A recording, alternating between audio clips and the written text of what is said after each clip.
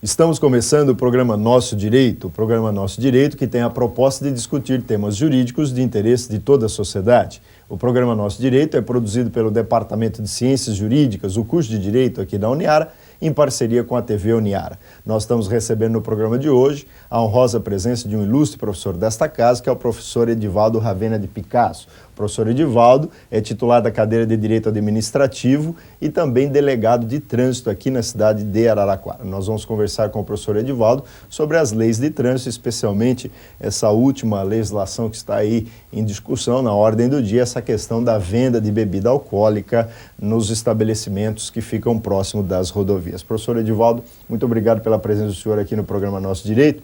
E eu começo perguntando ao senhor uma questão que me pareceu bastante importante e interessante. Hoje, as pesquisas com relação a acidentes de trânsito, elas já mostram um crescimento significativo comparando com o momento em que o Código de Trânsito entrou em vigor. Quando o Código de Trânsito entrou em vigor, os acidentes caíram significativamente. Como é que o senhor faz essa análise? O que o senhor acha que aconteceu? Mais uma vez, obrigado pela presença do senhor aqui no programa Nosso Direito. Obrigado pela oportunidade. É um prazer estar aqui no programa, podendo colaborar com informações jurídicas sobre trânsito. Bom, professor Galhardo, eu acho que essas questões do trânsito são muito ilustrativas para demonstrar o quanto nossa sociedade tem que evoluir. Quando o Código de Trânsito entrou em vigor, houve um medo muito grande da legislação e os acidentes de trânsito diminuíram sensivelmente. Houve até um alento por parte das autoridades, achando que tinham encontrado o caminho certo. Mas a sociedade ela tem o hábito de reagir contra a fiscalização. A nossa sociedade ainda não aceita as imposições do Estado, as limitações que o Estado tem que impor às pessoas. E com o passar do tempo, o Código de Trânsito foi sendo amolecido e perdeu a sua credibilidade, vem perdendo a credibilidade, fazendo com que os acidentes de trânsito aumentassem novamente. Então, nós tínhamos, por exemplo, em 98, cerca de 60 pessoas morriam por dia de acidente de trânsito. Né? Houve uma redução para metade, né? E agora nós já voltamos a esses mesmos patamares de 98. E tudo isso foi por causa da reação da sociedade à fiscalização e também por culpa do próprio Estado, que não soube aproveitar aquele momento, né? E fiscalizar a sociedade de maneira adequada, de maneira que pudesse realmente gerar uma credibilidade. E o senhor, professor de Direito Administrativo, o senhor passa para os alunos que o Estado tem esse poder de polícia. É muito comum, a gente é abordado pelo fiscal de trânsito porque não colocou, por exemplo, o comprovante lá do pagamento da taxa para usar determinadas estacionamentos de via pública, enfim, na região central, ou, por exemplo, o guarda para porque está sem cinto, a primeira coisa que a gente vai fazer é brigar com o guarda de trânsito. Verdade. Mas o senhor não... Enfim, na verdade, há esse poder de polícia do Estado que é importante. Olha, esse poder de polícia do Estado, eu reputo que é o mais importante de todos os poderes. Eu costumo dizer aos alunos que esse poder é o poder que o Estado tem de tornar as pessoas harmoniosas, de tornar a sociedade feliz. Porque, através do poder de polícia, o Estado regula as atividades da sociedade. Então, o poder de polícia, ele faz com que as pessoas dirijam seus veículos de maneira a respeitar o direito de outrem. O poder de polícia, ele faz com que as cidades se organizem de forma que uma pessoa não vá estabelecer uma lanchonete com show ao vivo ao lado da sua casa. É através do poder de polícia que se impede que isso aconteça. Então, a sociedade precisa aprender que esse exercício do poder de polícia do Estado, que é um dever dele, é um poder-dever, precisa ser exercido. E nós, sociedade, temos que aceitar essa imposição desse poder. O que nós, sociedade, temos que fazer é verificar como o Estado vai exercer esse poder de polícia, para que ele também não abuse, né? Existem os mecanismos de controle via judicial desses abusos, né? Mas também existe o controle social desses abusos por parte do Estado no exercício do poder de polícia. Mas nós temos que prestigiar esse poder, porque é ele que nos garante que nós possamos viver em sociedade. E dentro dessa questão da fiscalização, uma polêmica que está aí na ordem do dia é a questão da venda de bebida alcoólica. Salvo engano, há algum tempo atrás, baixou-se essa norma, depois ela de alguma maneira foi abrandada e agora voltou a todo vapor, e já há inclusive decisões judiciais no sentido de liminares permitindo os estabelecimentos a venderem ou não venderem. O que diz a legislação hoje nesta questão da venda de bebida alcoólica em estabelecimentos que ficam nas rodovias do país, professor Edivaldo? Pois bem, todo estabelecimento que tenha saída para a rodovia está proibido de vender a bebida. Infelizmente, a legislação ela só proíbe a venda, não o consumo. Então a pessoa ela pode consumir bebida à beira da rodovia. Né? Se ela comprar em outro lugar, por exemplo? Exatamente. Então se ela estiver num clube, ela for a um clube levar a bebida, ela pode beber, não tem problema. Agora, a legislação de trânsito proíbe que a pessoa transite nas rodovias alcoolizado. Né? Agora, é uma certa hipocrisia nesse sentido, porque se a pessoa pode beber, ela só vai poder ir para casa usando a rodovia. Então é óbvio que posteriormente ela vai estar embriagada na rodovia. Melhor seria evitar o consumo, né? Exatamente. Aí nós passamos por uma questão educacional, né? As pessoas precisam entender que a bebida, ela diminui sensivelmente as habilidades da pessoa, causa acidentes gravíssimos, que todos nós conhecemos casos de acidentes gravíssimos ocorridos em rodovias por causa da bebida. E nós temos que evoluir nesse sentido de mudarmos o nosso comportamento. E hoje essa norma é federal? Uma norma federal que se aplica a todo o território nacional. Inclusive, se a estrada for municipal, for estadual, ela vale para todo tipo de estrada? Sim, toda rodovia, seja ela municipal, estadual ou federal, está proibida a venda. Professor Edivaldo, uma outra questão também que surgiu recentemente foi a questão das motos, a questão do capacete, teve que trocar, a lei ficou mais rigorosa, e aí houve toda uma grita da sociedade, porque os motoqueiros iam ter que gastar. Como é que foi essa regulamentação? O que diz essa regulamentação, a questão do capacete do motociclista? Certo. Bom, a lei de trânsito, que é a lei federal, ela obriga a usar o capacete, e diz que os equipamentos para se conduzir uma moto são regulamentados pelo CONTRAN. E o CONTRAN regulamentou essa matéria, exigindo que as pessoas tivessem um selo do Inmetro no capacete, para que o capacete tivesse uma normatização, um padrão geral. Eu penso que essa grita da sociedade tem seu fundamento. Eu acho que o CONTRAN exagerou nessa questão. Faltou uma consulta popular, faltou fazer com que a sociedade participasse dessa decisão, principalmente os motociclistas. Porque correu-se o risco, está se correndo o risco de se perder a credibilidade nessa norma. É uma norma que existe um selo do Inmetro, um selo que é refletivo, e as pessoas não sabem exatamente qual é o motivo disso. Tecnicamente não foi demonstradas as razões disso.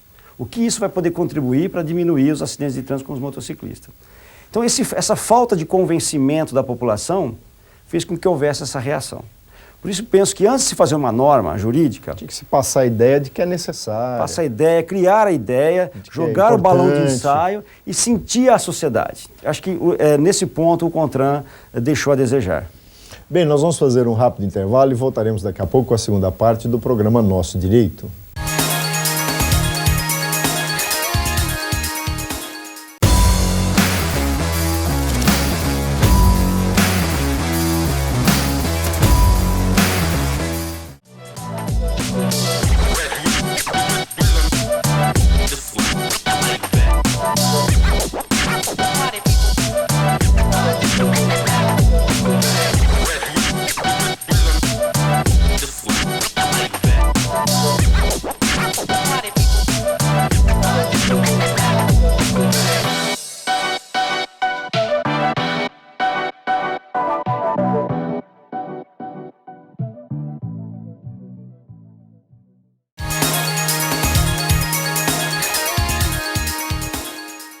Estamos de volta com o programa Nosso Direito, que tem a proposta de discutir temas jurídicos de interesse de toda a sociedade. Você pode participar do programa Nosso Direito através dos telefones 3301-7129 ou 3301-7173, ou também pelo e-mail direito@uniara.com.br. Nós estamos conversando no programa de hoje com a honrosa presença de um ilustre professor desta casa, o professor Dr. Edivaldo Ravena de Picasso. O professor Edivaldo, ele é titular da cadeira de Direito Administrativo aqui do curso de Direito da Uniara e professor e delegado de trânsito da cidade de Araraquara. Professor Edivaldo, eu perguntaria ao senhor agora algumas questões mais genéricas, né? No primeiro bloco a gente abordou esses dois temas mais polêmicos aí que estão na ordem do dia, a questão do capacete e a questão também da venda de bebida alcoólica nos estabelecimentos que ficam próximos de rodovia. Mas eu perguntaria ao senhor, cinto de segurança continua obrigatório. As pessoas pararam de usar, muitas pararam de usar, mas continua obrigatório. É verdade. Houve um afrouxamento no exercício do poder de polícia do Estado por causa da reação da sociedade. As pessoas não aceitam a fiscalização e, embora a legislação obrigue a usar o cinto de segurança, hoje já é comum você ver as pessoas não usando o cinto de segurança, cometendo infrações de trânsito e correndo um sério risco de vida, né? De causar prejuízo a ela própria e também a terceiros quando houver um choque de veículos. E não salva, vamos dizer assim, não excusa, né? Não se pode aceitar a desculpa. O sujeito hoje, quando é abordado sem cinto e é multado, ele virá para o policial e afirmar, mas ninguém mais é multado por isso, por que eu, né? A multa é cabível tranquilamente. Exatamente. E esse é um grande problema. As pessoas sempre acham que deve ser fiscalizado o vizinho, né? Então, quando ela é pega dirigindo sem cinto, ela se sente indignada e ela começa a atribuir a sua infração a outras infrações que se cometem no país. Enquanto que em países com a cultura mais adiantada, você verifica que as pessoas acabam aceitando melhor a fiscalização e a penalidade pelo erro cometido. Cometer infrações até é aceitável. O mais importante é a pessoa se responsabilizar pela infração cometida e não praticar mais. Celular, professor Edivaldo. Celular e também a questão do fone de ouvido. A gente, às vezes, ouve a pessoa... Hoje tem até o sistema de Bluetooth, né? Que sai no rádio, Viva o som, voz. viva voz e tal. A pessoa fala, não, eu não falo no celular, eu não tiro a mão do volante. Mas eu falo no Bluetooth, eu falo no fone e tal. Celular, proibido. O celular, a viva voz, todo sistema que permita que a pessoa tenha uma informação de fora do veículo está proibido por lei, embora hoje, observando o trânsito na cidade, você até duvida que esteja proibido. Todo mundo fala. Porque as pessoas usam o celular normalmente, como se não fosse proibido. E o pior, estão usando até televisão dentro do carro. Hoje é comum a pessoa pôr lá o DVD dentro do carro. Também é proibido. Também é proibido. Assiste filme dirigindo o carro. Não dá para aceitar isso, né? Então, realmente, tudo isso é proibido e a sociedade tem que exigir e tem que prestigiar a fiscalização nesse sentido.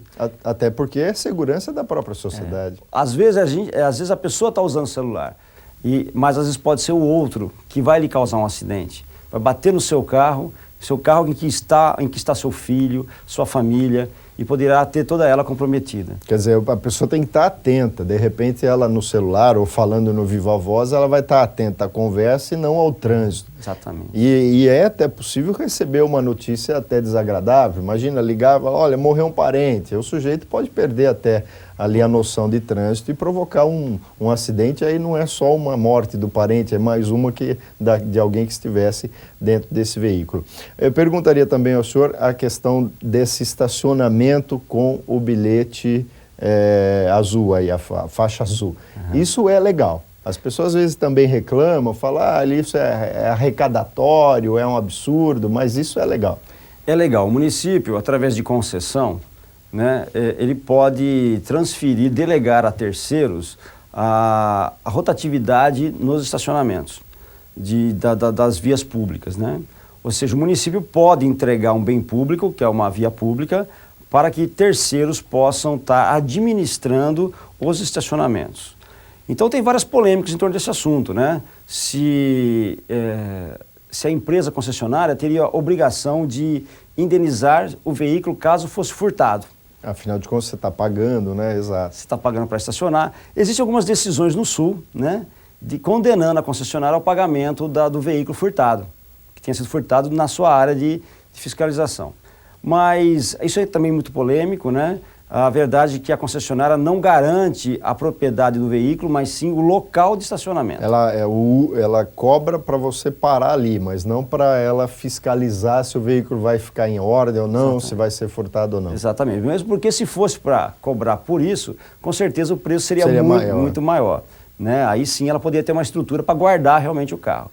É diferente do supermercado. No supermercado você guarda o carro dentro do supermercado. Ali não, você só tem o estacionamento garantido. Então houve algumas decisões nesse sentido, mas eu penso que essas decisões não devem prosperar no futuro, né? Então, esse estacionamento rotativo pode, quando a gente acha um lugar para estacionar, é ótimo. Pertinho, né? Pertinho, tudo mais. Você paga lá 70 centavos, é ótimo. Agora, quando a gente é fiscalizado, nós achamos ruim. Né? Então, realmente... Falar, foi só um minuto. Foi só um minuto e tal. E é importante porque a concessionária, ela vive disso. É um serviço prestado pelo setor privado. Se todo mundo parar um minuto e não pagar, ela vai à falência. Ela vai à falência, o sistema não vai funcionar. E todos serão prejudicados. Professor Edivaldo, outra questão também é o rebaixo da calçada. Se está rebaixado, é porque é entrada e saída de veículo. Eu perguntaria, esse rebaixamento proíbe o sujeito de parar ali só durante o horário comercial ou é 24 horas? Então, a legislação de trânsito, ela impõe que onde houver guia rebaixada, e são duas condições, ser guia rebaixada e ser entrada e saída de veículos. Onde houver esses dois itens, ele é obrigatório 24 horas por dia. Porque mesmo um comerciante que esteja com o comércio fechado, durante a noite ele pode querer ir até aquele seu comércio e querer entrar no estabelecimento através da guia rebaixada. E estando impedido, ele poderá ficar bastante chateado com aquilo e criar problemas com o futuro motorista. E isso é o exercício do poder de polícia. Ninguém gostaria de, na frente da sua casa, ter um carro estacionado na hora de sair, né, de sua casa. Então o Estado garante pelo poder de polícia que ninguém faça isso, mesmo que seja fora do horário de expediente. Professor Edivaldo, o que eu percebo, na verdade, nessas questões do trânsito, até vou dizer que acontece comigo. A cada 5 anos a gente refaz os exames físicos, mas nós não somos obrigados a refazer uma avaliação do que eu conheço sobre regras de trânsito ou não, né? O senhor não acha que nesse ponto há uma falha da legislação? Não seria interessante que o sistema obrigasse todo motorista a fazer uma reciclagem de todo o sistema de trânsito, enfim, conhecer melhor essas regras de trânsito de uma forma mais perpétua, mais contínua? Olha, eu sinto isso, eu sinto essa necessidade das pessoas estarem se reciclando. Porque a experiência diz o seguinte, quando algumas pessoas são obrigadas, por causa de infrações de trânsito, a se reciclarem, quando elas vão para a reciclagem, elas odeiam, elas falam mal, elas dizem que não tem tempo a perder. Depois que fazem reciclagem, elas ficam muito contentes, agradecidas por terem recebido informações que elas já não tinham mais. Se sentem assim bem. Então eu penso que deveria-se obrigar os motoristas a, num período mais curto de tempo, a estarem se reciclando.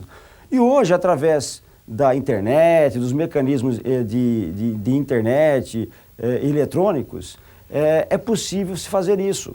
Na sua casa mesmo, seria possível que você fosse obrigado a fazer uma prova via computador e pelo menos para que você pudesse reciclar.